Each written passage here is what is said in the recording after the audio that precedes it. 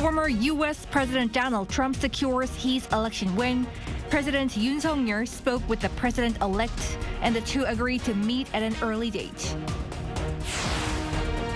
President Yoon held a press conference today and apologized to the public amid a series of controversies surrounding the First Lady and a political consultant. South Korea's current account balance continued to remain in the black in September, reporting a surplus of over $11 billion on the back of higher demand of chips. It's November 7th, 8 p.m. in Seoul. This is Newscenter. Thank you for joining us. I'm Yoon Min. Former President Donald Trump's return to the White House has been confirmed, and his contender, Kamala Harris, conceded and congratulated him on his victory. Our Pei-Yun-ji starts us off. Trump has been declared the official winner and the 47th President of the United States, after gaining more than the 270 electoral votes needed to win this year's presidential election. Races haven't been called yet in Nevada and Arizona, but he is in the lead in both states, meaning that he has practically won in all 7 key battleground states. Those include Pennsylvania, Wisconsin, and Michigan, grouped as blue wall states that were once known for their strong Democratic support. But it's a political victory that our country has never seen before, nothing like this. I want to thank the American people for the extraordinary honor of being elected your 47th president and your 45th president. Meanwhile, Harris delivered a concession speech, telling supporters that they must accept the results, while adding that she spoke with Trump and congratulated him on his victory. A fundamental principle of American democracy is that when we lose an election, we accept the results. That principle, as much as any other, distinguishes democracy from monarchy or tyranny. While the count continues in some states, voter turnout in this year's presidential election is expected to be close to the record high set in 2020. According to a Washington Post analysis of data from the Associated Press and the University of Florida Election Lab, as of 6 p.m. Eastern Time on Wednesday, voter turnout for this election stood at 65%. This year's figure is not expected to surpass the record of 66% reached 4 years ago, but it is said to be the second highest in the past century. Since the U.S. electoral system is based on indirect voting, it will still take weeks before the tallies are officially confirmed. The states will certify their results, and each state's executive, the governor in most cases, will sign certificates on December 11th that formally allocate the state's electors to the winning candidate. Then, on the first Tuesday after the second Wednesday in December, which falls on December 17th this year, the electors will meet and cast their votes. The electoral votes will be counted on January 6th, and President-elect Trump will officially be sworn in on Inauguration Day, on January 20th. Pei-Yun-ji, Arirang News. President Yoon and U.S. President-elect Donald Trump held a brief talk over the phone this morning, during which they agreed to set up an in-person meeting in the near future. Our Oh Soo-young covers this exchange and more. President Yoon and incoming U.S. President Donald Trump agreed to meet in person soon and continue strong cooperation as they expressed concern towards North Korea's security threat and its involvement in the Ukraine war. This came during a 12-minute phone call on Thursday morning Seoul time, just half a day following Trump's sweeping electoral victory on U.S. exit polls. Yoon's office says the South Korean leader congratulated the president-elect on a significant victory, to which Trump expressed his gratitude and conveyed his warm regards to the people of South Korea. Amid North Korea's security threat to the Indo-Pacific and the world, and its deployment of troops to aid Russia's war with Ukraine, Yoon and Trump exchanged assessments of the ongoing developments and expressed mutual concern over the war situation. They also touched upon North Korea's evolving nuclear capabilities, ICBM launches, incursions of waste-carrying balloons and GPS jamming in the West Sea. Trump and Yoon also discussed trilateral cooperation between South Korea, the US and Japan. Yoon noted the three-way relationship has grown stronger, leading to the establishment of the trilateral Camp David framework. He said this is in part due to Trump's first term, which enabled trilateral cooperation. This comes amid concern in Seoul and Washington that a second Trump presidency would water down the efforts during the Biden administration to institutionalize the three-way cooperation reached at the Camp David summit in August last year. Under the Camp David spirit and principles, the three sides had agreed to hold annual top-level meetings, jointly deter North Korea's nuclear and missile threat, address regional and economic security issues, and collaborate on cutting-edge technologies. As Seoul and Washington upgraded their ties to a global comprehensive strategic alliance last year, Yoon told Trump he hoped the South Korea-US alliance would continue as a close partnership spanning security, economy, and all other areas. Trump agreed, saying he hopes to continue strong cooperation between their two countries. The two also agreed to jointly build up leadership in the Indo-Pacific region, the Korean Peninsula, and on a global scale. Trump added that he heard much about the South Korean president's leadership and mentioned that the US shipbuilding industry requires South Korea's support and cooperation. Separately, in a press conference on Thursday, Yoon said he had no concerns about working with Trump and that he'd been forming relationships with figures close to the incoming president. As Trump is likely to be briefed on North Korea, among other security-related issues, Yoon suggested to the media that they could talk more afterwards, perhaps with Japanese Prime Minister Shigeru Ishiba. Yoon and Trump agreed on the need to meet in person to discuss bilateral issues more extensively. A Seoul presidential official told reporters that the incoming US president expressed his desire to meet as soon as possible. The date and location of their first meeting will be discussed promptly between their teams. Arirang News. And global leaders are congratulating U.S. President-elect Donald Trump on his election victory. Beijing's state media CCTV reported Thursday that Chinese President Xi Jinping called for stable, healthy, and sustainable China-U.S. relations in a congratulatory message to Trump. She underscored the need to properly manage differences by strengthening dialogue and communication. Israeli Prime Minister Benjamin Netanyahu called Trump's return history's greatest comeback. His office said the two discussed working for Israel's security and the Iranian threat over the phone. Ukrainian President Volodymyr Zelenskyy also congratulated Trump on his, quote, historic landslide victory. Now, attention is on how Trump's policies will impact South and North Korea. Our Kim Jong-sil spoke with experts on the expected changes. Throughout his presidential campaign, U.S. President-elect Donald Trump emphasized his ability to strengthen ties with North Korean leader Kim Jong-un, as well as with the leaders of China and Russia. This has sparked widespread speculation on what his foreign policy will look like in a second term. I had a very good relationship with President Xi and a very good relationship with Putin and a very good relationship with Kim Jong-un, who has a nuclear force that you won't even believe. Professor Imul Chul of Gyeongnam University says Trump's return could present an opportunity for Pyongyang. Trump's policy toward North Korea will differ from Biden's, driven by his personal ties with Kim Jong-un and his negotiation experience. North Korea, despite having doubt, seek nuclear recognition and sanctions relief. And Kim will likely use his relationship with Trump to push for a deal. Analysts suggest that neither Trump nor Kim would want to repeat the 2019 Hanoi summit's no-deal outcome. Therefore, both sides are expected to proceed more cautiously, particularly Kim, while Trump balances new priorities, including domestic issues, the war in Ukraine, and conflict in the Middle East. Another key question is how his second term will affect South Korea. For South Korea, Trump's re-election is somewhat of a burden. Unlike the Biden administration, Trump has more of an economic approach, including his demand for increased defense spending, which will require many modifications. Trump previously pressed Seoul to shoulder a larger share of the cost for U.S. troops stationed here, calling South Korea a money machine.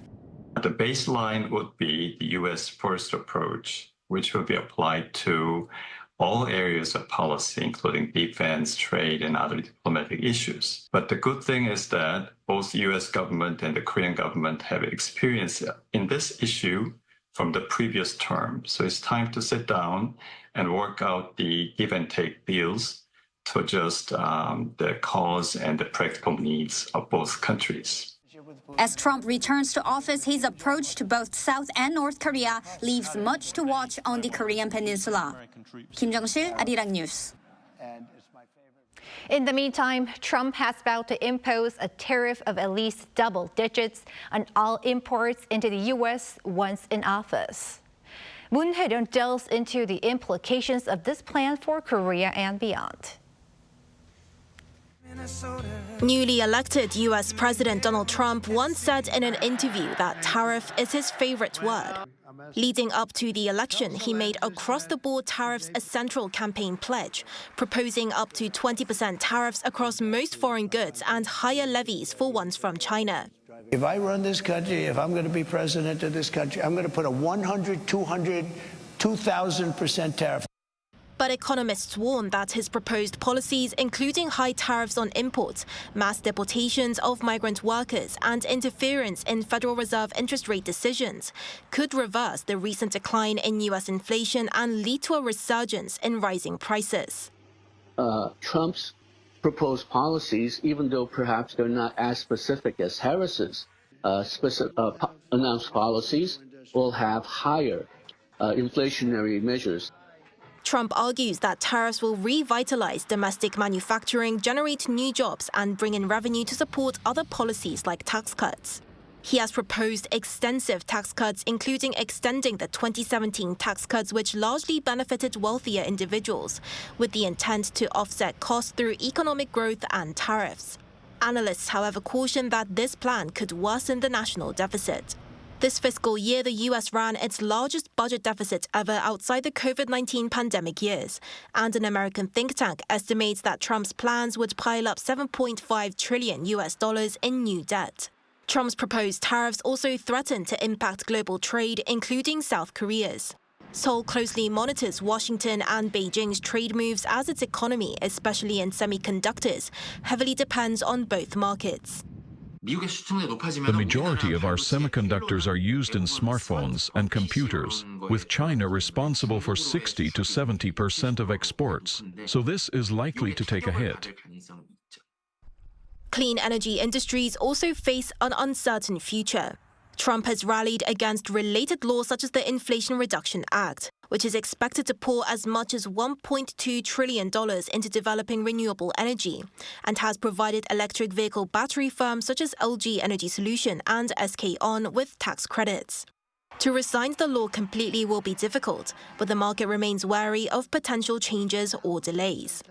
Moon Hye-ryun, Arirang News. Thank you very much, everybody.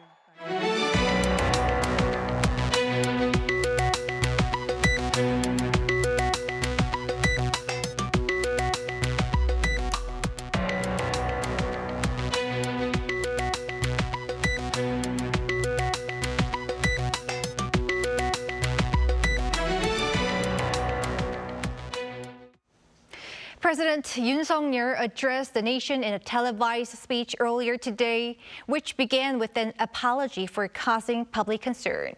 The president denied any wrongdoing when it comes to recent political controversies. Our top office correspondent Kim Do-yeon explains. At his halfway mark address and press briefing on Thursday, the first thing President Yoon Suk-yeol did was to apologize for recent criticism against him over his connections to an obscure political consultant, Myung Tae-gyun. 대통령이라는 것은 변명하는 자리가 아닙니다. 모든 것이 제 불찰이고 제 부덕의 소치입니다. 국민 여러분께 먼저 죄송하다는 말씀, 진심 어린 사과의 말씀부터 드리고 그리고 이 국정 브리핑을 진행하겠습니다.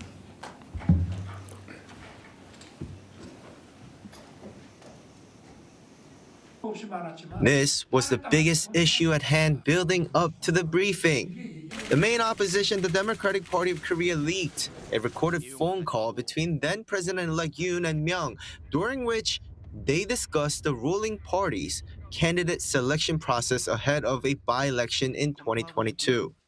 A president or president-elect shouldn't be interfering in party politics. Also, other recordings surfaced that showed First Lady Kim Gun-hee's connection with Myung and her possible involvement in politics. President Yoon denied any wrongdoing but accepted that he should have acted more cautiously when he became a politician. President Yoon did acknowledge that it was his fault for not changing the means of communication for him and his wife after becoming a public figure. 이게 전부 제 책임입니다. 왜냐하면 후보 시절과 또 당선인 시절과 대통령이 됨으로써 이 소통의 방식을 좀 매정하지만 바꿔야 됩니다. Continuing on domestic politics, President Yoon also faced questions regarding what looks like a fallout with the ruling People Power Party chair Han Dong-hoon, who has been a close confidant of Yoon's since the two's prosecutor days, claiming that a part of that is from the media stirring more conflict. He also said, when both the top office and the ruling party work diligently together to deliver to the public, their relationship will naturally improve over time. President Yoon's answers to foreign policy questions were also highly anticipated as he came into the briefing just a couple hours after his phone call with U.S. President-elect Donald Trump. Concerns have been rising that the America First policy could impact South Korea's industries, but President Yoon instead showed optimism. 제가 트럼프 대통령이 얘기하는 이러한 정책들은 그건 우리 기업에게 굉장히 좀 불리하지 않냐.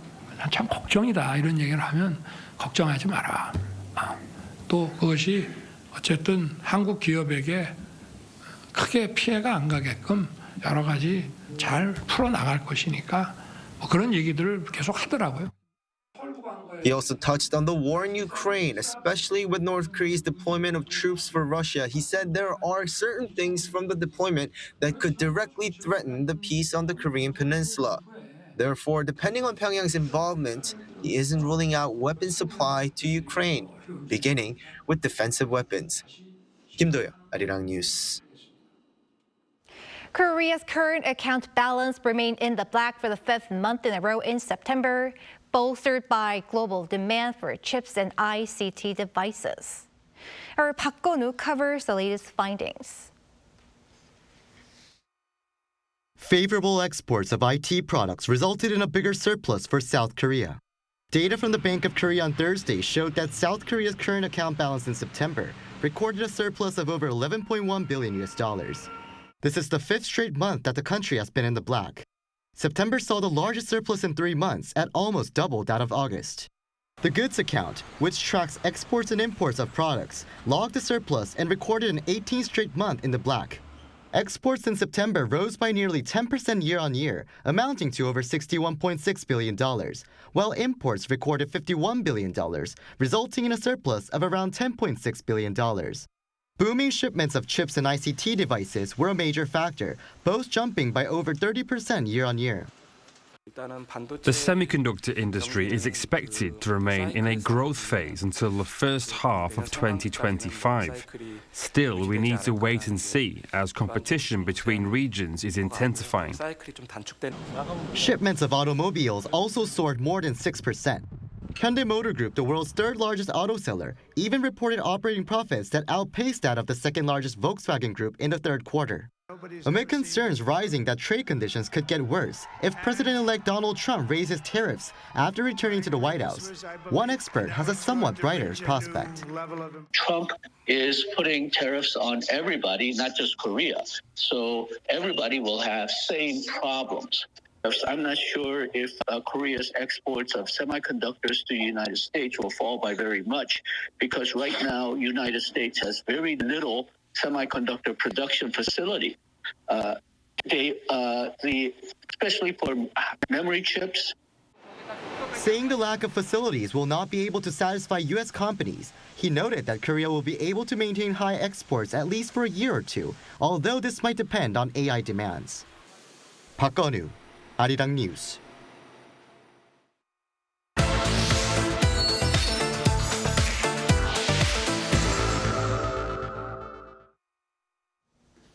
For our weekly business segment this week, we take a look at Korea's hydrogen economy as part of its broader climate goals. Our economics correspondent Lee Soo-jin joins us in the studio to discuss this topic. Soo-jin, tell us about this particular economy.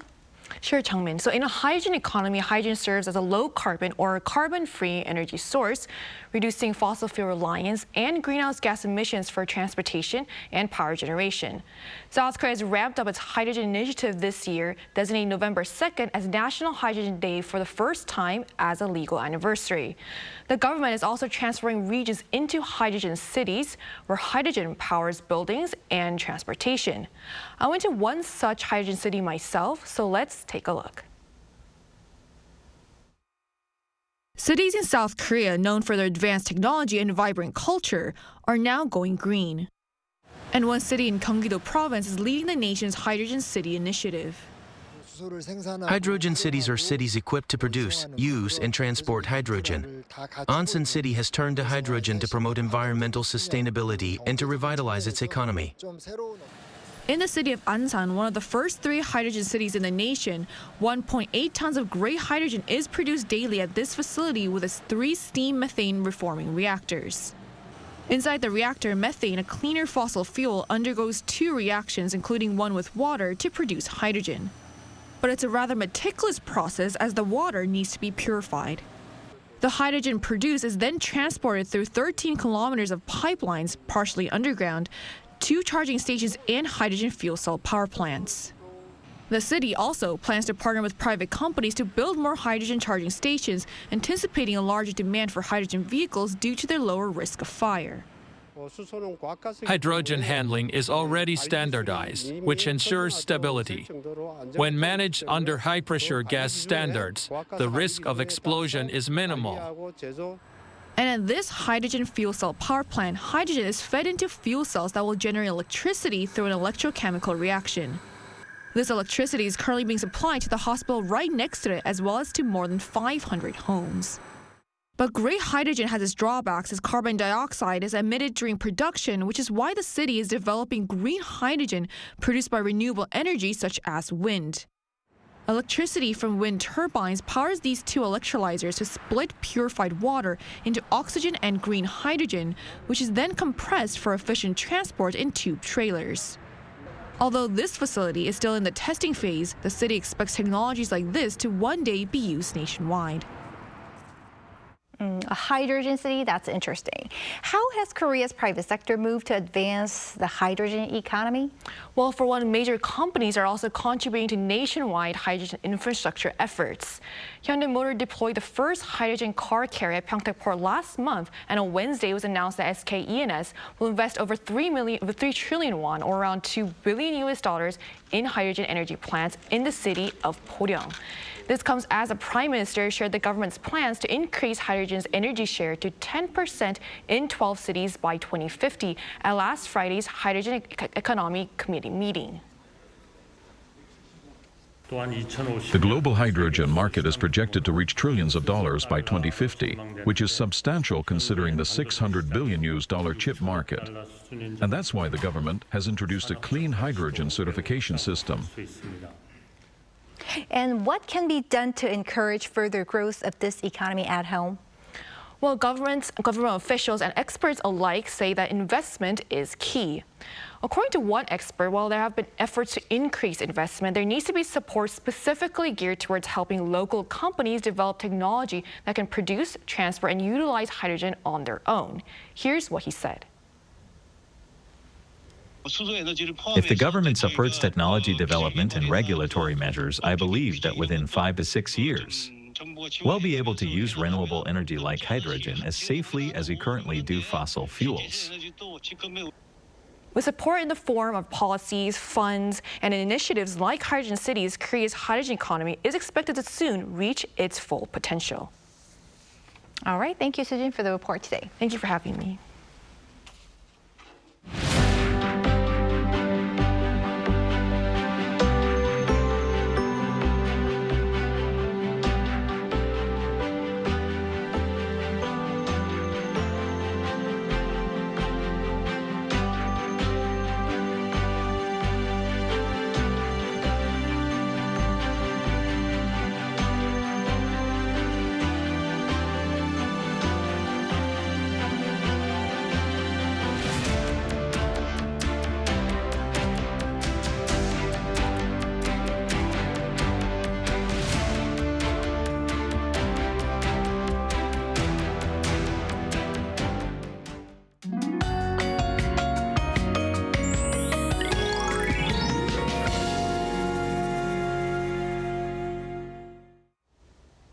Today, the cold reached its peak, the season of Ipdong, which marks the beginning of winter on the lunar calendar. In Seoul this morning, the first ice was observed this fall.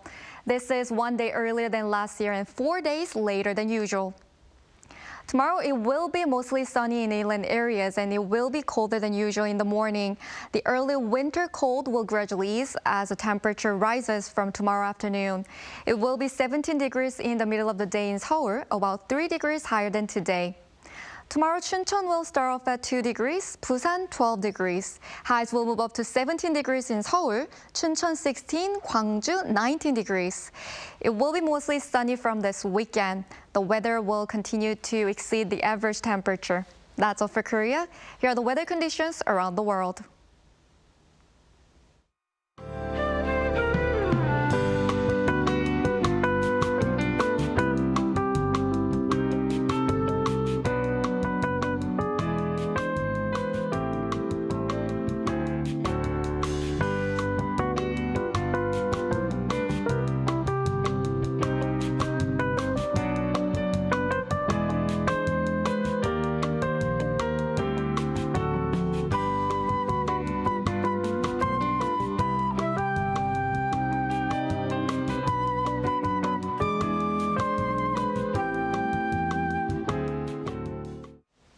That is Newscenter for tonight. Thank you for watching. A panel session up next.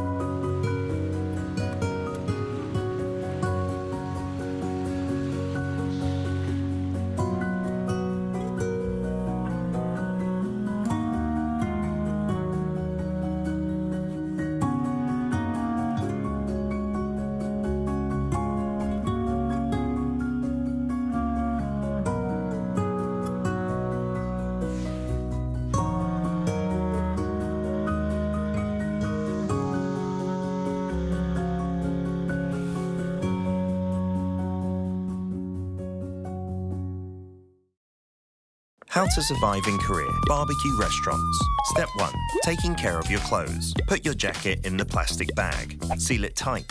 If the stool flips open, store your clothes inside. Wearing light colors? Grab an apron. It's the best defense against oil splatter and smoke. Step 2. Bottomless side dishes. Basic side dishes at a barbecue restaurant. Eat and eat as much as you want. Side dishes come with free refills. Oh, and if you don't see this sign, just ask, 사장님, 여기 밑반찬 좀 더 주세요. Simple, isn't it? Step 3. Grilling meat. There are various kinds of samgyeopsal in Korea. Place the meat on the grill. Turn it over when golden. And again when it looks done. Again and again and again. Step 4. Sam style. You aren't taking bites of sam like a taco, are you? In Korea, we have it in one bite. A pro tip here. Add only as much as you can handle in a bite. Gotta avoid awkward situations. Step 5. Enjoy the perks. After the meal, enjoy the perks offered as a Korean restaurant. Fabric refreshers get rid of the barbecue smell, while mint candies freshen your breath. Did you survive the barbecue restaurant? Hang on. Are you here with someone you want to impress? Then let's skip the garlic. Who knows what will happen?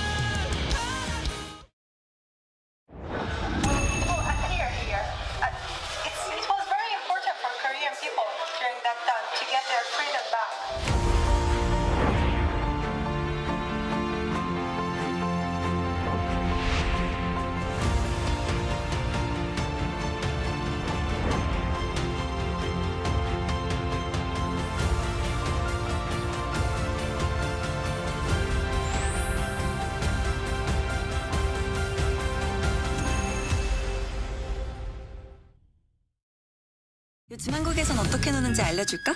한국에선 아이돌이 되어볼수록 인생 번호를 찾을 수도 있지. 제일 핫한 포토 스팟은 여기.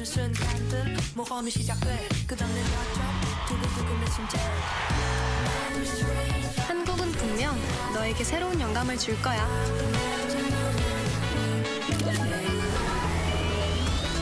이런 한국, 와보지 않고는 모를걸?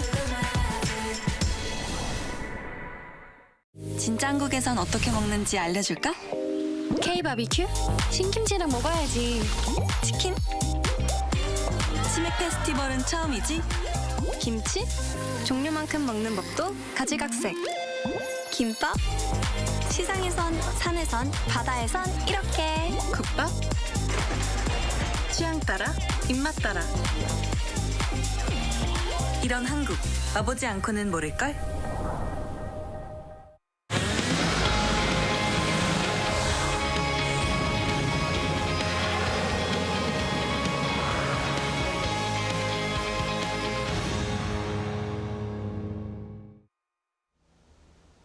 Hello and welcome to Within the Frame, where we bring today's most pressing global issues into focus. I'm Kim Mo-gyan. Former U.S. President Donald Trump has become America's 47th president, defeating Vice President Kamala Harris. Once Trump re-enters the White House in January next year, he's expected to strongly push forward his America First policies that were left unfinished during his first term. One of Trump's key economic policies is protectionism, particularly through the imposition of tariffs. The second Trump administration plans to impose additional universal tariffs of up to 20% on all imported goods and steep 60% tariffs on goods from China. Concerns mount as the outlook for economic growth in export-dependent South Korea after Trump's re-election is likely to be more cautious. To break into the details and seek possible solutions to the upcoming changes, we invite Yang Jun-seok, professor of the Department of Economics at the Catholic University of Korea. Welcome to the show, Professor. Happy to be here. And we're also joined by Hwa-Kyun Kim, professor of banking and finance at Texas A&M University's Mays Business School. Great to have you, Professor. Pleasure to be here. So let's begin our discussion with Professor Yang. So now that we are expecting a second Trump term, how much of an impact do you think his re-election would have on South Korea's economy? Okay, well, it'll first have an effect on trade because, as you emphasized, President Trump will likely to install higher tariffs and various protectionist measures. Now, the state-affiliated research institution just calculated that perhaps the Trump policies will cost Korea about 60 trillion won, or about $45 billion in terms of lost exports. That is about the effect of Korea-U.S. FTA, and it could have been worse. But the reason that it is not worse is that he's putting tariffs on everybody, not just Korea. So everybody's tariffs will go up. So Korea will perhaps lose some customers because of higher prices due to tariffs. But we will probably not lose it to any other markets other than perhaps American domestic production. But a lot of what Korea makes, there is no production base in the U.S. So while it will have a large impact, perhaps it will not be as worse as we fear. But another aspect is that Trump's policies, not only protectionism, but tax cuts, may result in higher inflation. Now, for the first year, because of the deficit spending, the U.S. growth may perk up. But then maybe from the end of the second year of his term or the third year, we may see higher inflation, and that means the interest rate may rise again, and that might actually be a bigger problem than trade tariffs. Right, so there's a lot to touch upon. Now, Professor, the American economy, the third quarter growth rate of U.S. economy came in at 2.8%, which was below expectations, but still signs of growth. Do you think such momentum would continue following the election results? Okay, well, U.S. second quarter growth was 3.0% annualized, And for third quarter, it was 2.8% annualized. So if we look at it the Korean way, which is quarter to quarter, that was going from 0.75% in second quarter to 0.7% in the third quarter. So U.S. economy may be slowing down, but it looks like it's more of a soft landing than any hard landing recession. So that trend will probably continue. Inflation is on a downward trend, though perhaps slower than a lot of people would like. But again, that trend is likely to continue. Whenever you have a new president, it takes about a year to get his policies into law and then for those laws to have effect. So the first year of any new president's policy is usually thought to be the aftermath of the previous president. So for this year and next year, we'll probably see this trend continue, very slowly slowing growth. So we could count on it as soft landing and continual reduction of inflation. But once Trump policies hit during probably the second year of his term, then we may see higher inflation. We may see some problems down the line because of protectionism. But for at least the next roughly a year or so, we will probably see this current trend continue of heading toward a soft landing. Right, so it's still early to see the changes right away, the impact. Now, let's bring in Professor Kim into the conversation. Ever since Trump has been stressing his America First approach, could you explain his potential strategies towards China, particularly in terms of trade and economic policies? I believe it's worthwhile to go over some previous experience because this is the second time. So, as you also mentioned, he's going to basically impose high tariffs, especially to China. And this America First means actually the China never, becoming first potentially, right? So it's going to have like a very massive protection mechanisms into play, and so that they can, the U.S. can pressure China into renegotiating trade terms. In the first term, there was like this agreement called Phase 1. And there were a lot of things, but the main thing was to make China agree to increase the purchase of the U.S. goods and services. It was signed in January 2020 or something, and the result was not very successful. So only about half or even less than half of this promise was kept.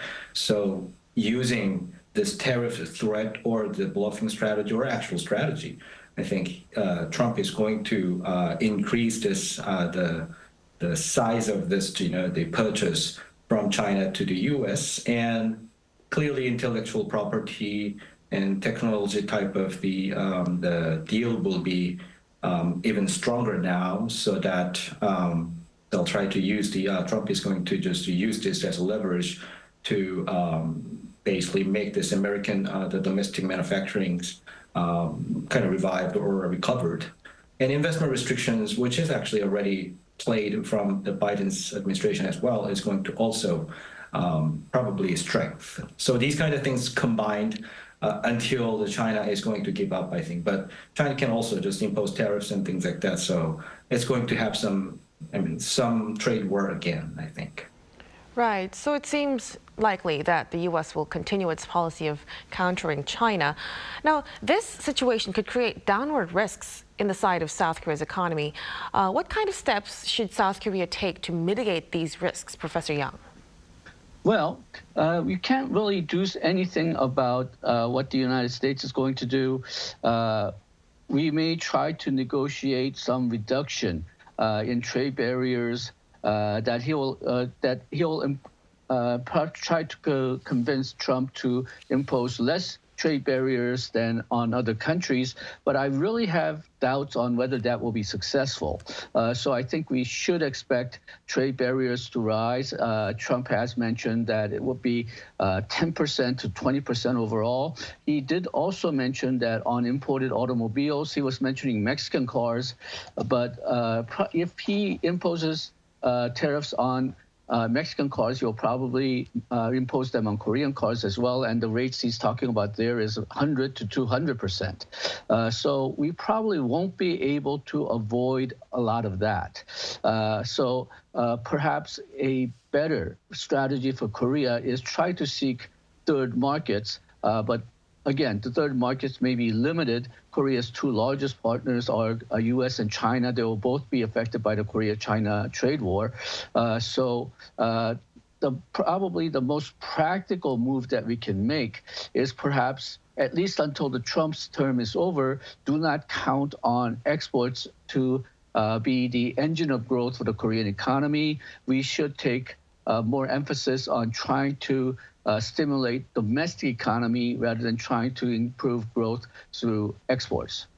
Right, so reducing dependency on exports could be a possible answer to that. Now, meanwhile, Korean companies are closely also watching the uncertainty surrounding the Inflation Reduction Act. As far as we know, Trump advocates for its repeal. How would this impact Korea's electric vehicle and battery industries, Professor? Okay, well, Trump has mentioned that he does not like electric vehicles. He does not like electric batteries. He would prefer to not have any subsidies in those categories. This will apply to not only Korean firms, but American firms most likely as well. So there is a good chance, especially if the House of Representatives and the Senate, the control goes to Republicans, which it right now seems very likely. The Senate is already going to be under the control of Republicans. They're still counting some of the votes for the House of Representatives. But if both of those houses are under the control of Republicans, they may try to repeal the IRA. Now, for state subsidies, they will probably remain because, well, state governors would like to have those factories inside the United States. But for federal subsidies or federal tax cuts, we may not see them realized if the IRA laws are repealed. Right, then given this situation, Professor Kim, what kind of strategies could South Korea's electric vehicle industry consider to tackle that? Well, compared to other electric car companies, Korean car companies still have very good, gasoline-based car technologies. So I think having more diversified strategy, I think, is going to be very important. And the market share, I think, of the Korean cars in the U.S. actually has been increasing. And I can kind of see more and more Hyundai and Kia cars on the road, actually, and very popular.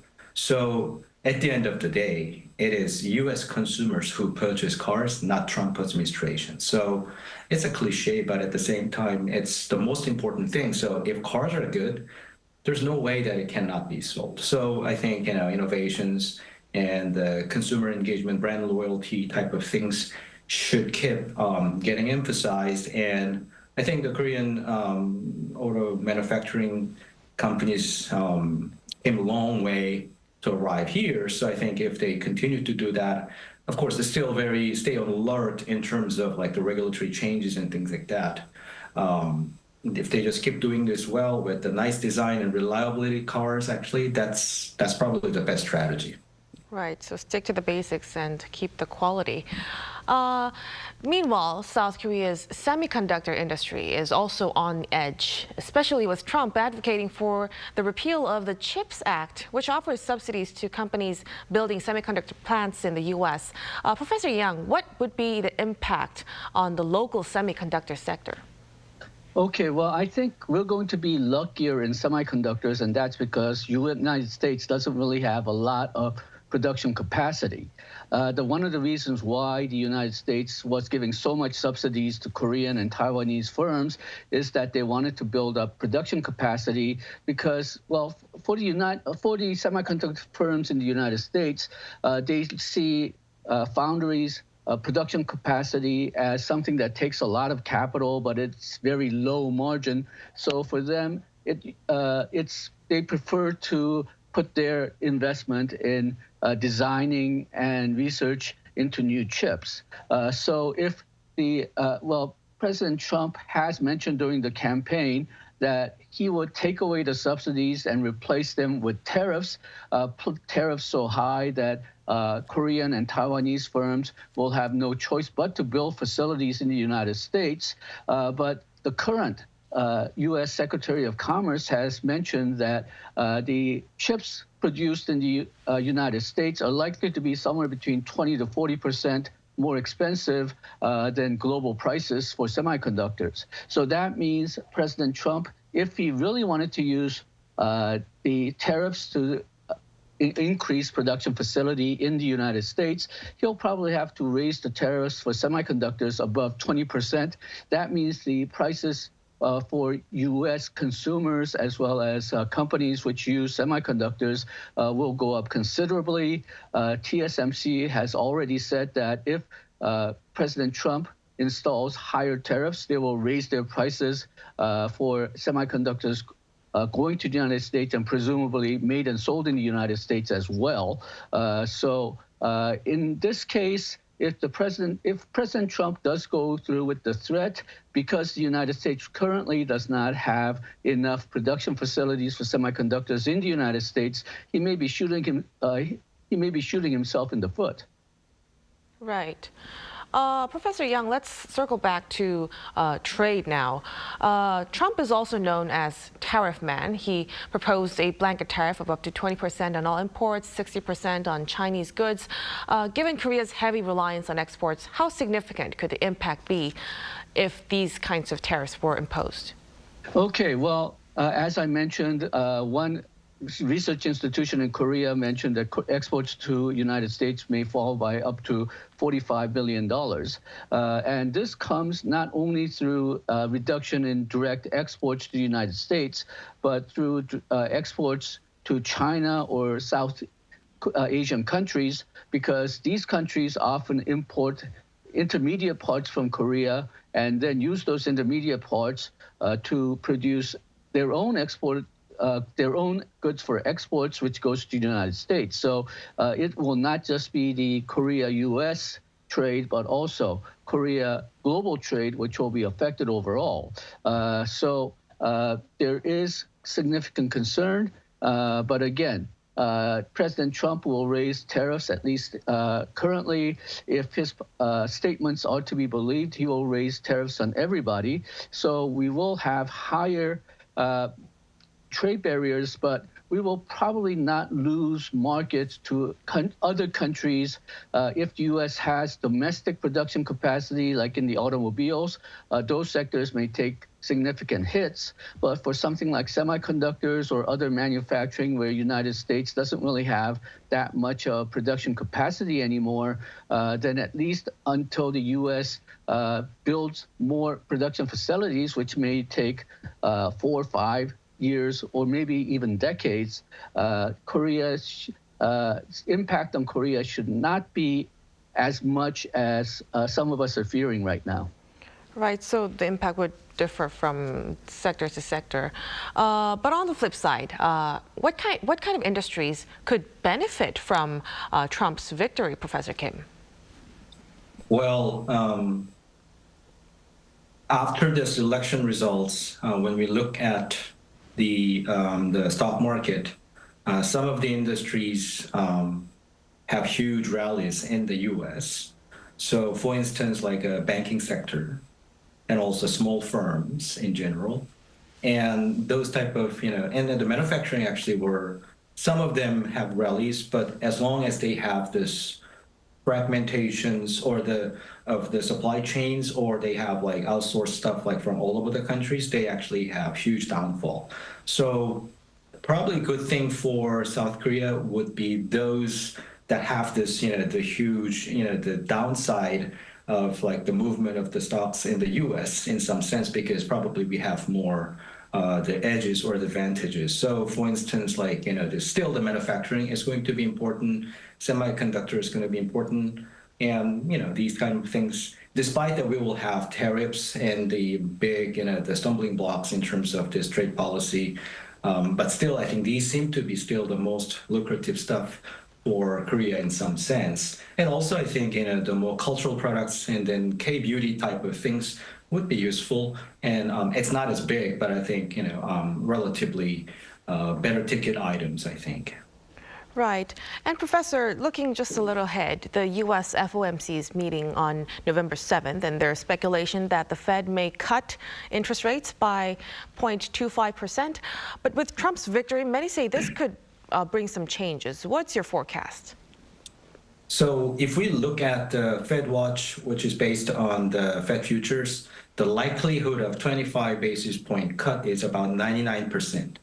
So if we don't see the cut, that's actually more surprising. So according to what market participants expect. Having said that, I think the Professor Yang mentioned it earlier. The questions, the U.S. economy was showing some good, strong, the employment or the GDP statistics in September, but kind of softened in October. So I think it is going downhill a little bit, not too bad. So I think this kind of thing is more like a basis for another 25 basis point cut. What's more kind of talked about now, I think, in Wall Street is the December cut, whether that will be the case or not. And then there are a lot of debates. And the Trump election is possibly affecting a bit. Supposedly, the independent, but still. So to make a long story short, I think the next one, I think November cut seems to be more like very expected, 25 basis point, but the December cut is still uncertain. And maybe this Trump's, the election results may affect the December cut as well. But at this stage, it's somewhat all over the place. Right. It's kind of still early to predict. Now, with the U.S. election finally over and we're expecting massive changes, let's hope the government, private sector, and the public could work together and prepare some suitable measures to make the most of the upcoming changes. Professor Yang and Professor Kim, thank you so much for your insights tonight. Thank you. Thank you. All right, we will have to end it just right here. Thank you for watching Within the Frame. We will return again tomorrow at the same time. Be sure to tune in. Thank you for watching.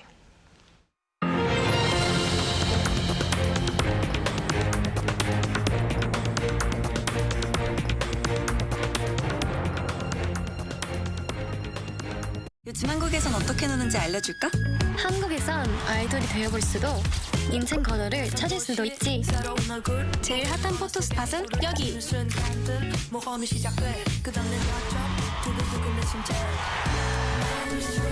한국은 분명 너에게 새로운 영감을 줄 거야.